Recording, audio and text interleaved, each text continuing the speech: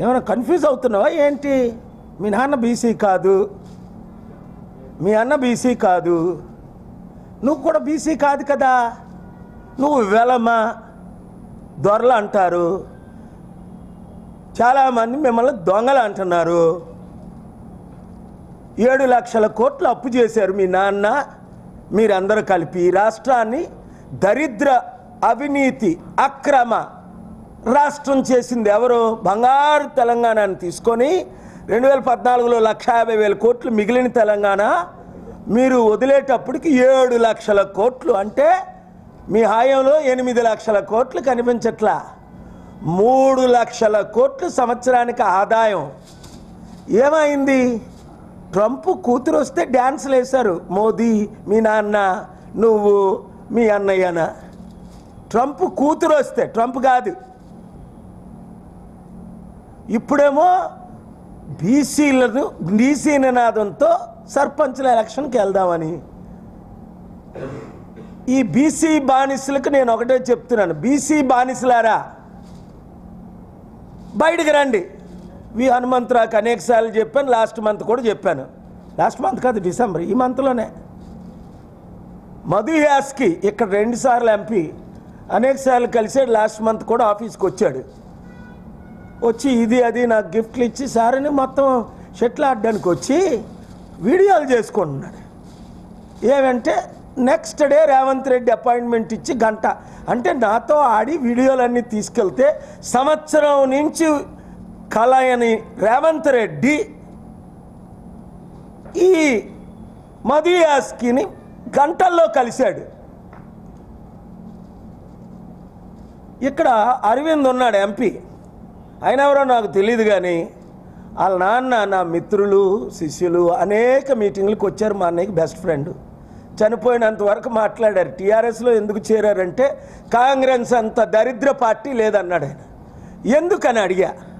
అయ్యా నన్ను PCC chief చేశారు, పొన్నాలక్ష్మిని పీసీసీ చీఫ్ చేశారు, ఇప్పుడు ఒక బీసీ నిజామాబాద్ అని పీసీసీ చీఫ్ చేశారు అంటే అర్థం ఏంటి? ఈ పీసీసీ చీఫ్లుగా మమ్మల్ని బానిసం పని చేసి రెడ్లు 5% ఉన్న రెడ్లు 12 మంది ముఖ్యమంత్రులు చేశారు వీళ్ళు.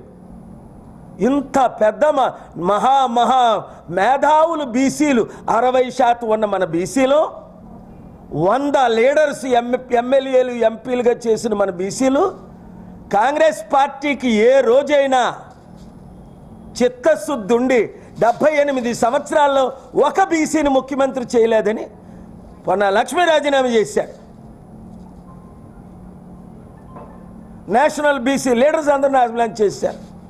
గులాం నబీ, కపిల్ సిబ్బల్ రాజీనామా చేశారు. రాష్ట్రంలో ఉన్న పెద్దలందరూ రాజీనామాలు చేశారు. ఒక్క బీసీ దొరకలేదా? అంటే మనం అంత దరిద్రులమా? మనం అంత పనికిమాలోలమా? మన ఓట్లేనా వాళ్ళకి కావాలి?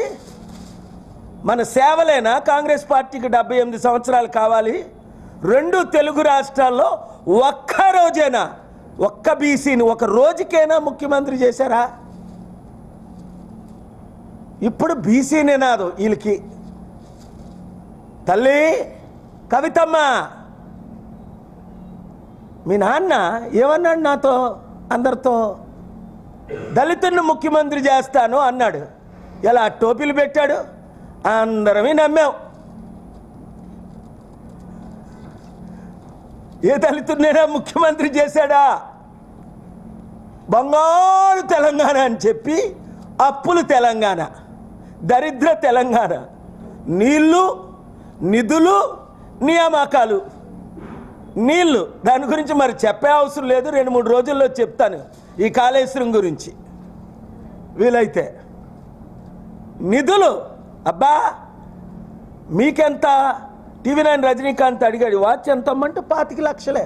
నీ దుబాయ్లో ఇల్లు ఎంత? 25 కోట్లు. అవును, మేము కష్టపడుతున్నాను, సంపాదిస్తున్నాం. ఏడుదో కొంచెం సీక్రెట్ చెప్పకూడదు అందరికీ. మీ కుటుంబం ఎలాగ లక్షల కోట్లు సంపాదించింది నాకు తెలుసు కదా. మీ చిట్టా అంతా నా చేతిలో ఉంది.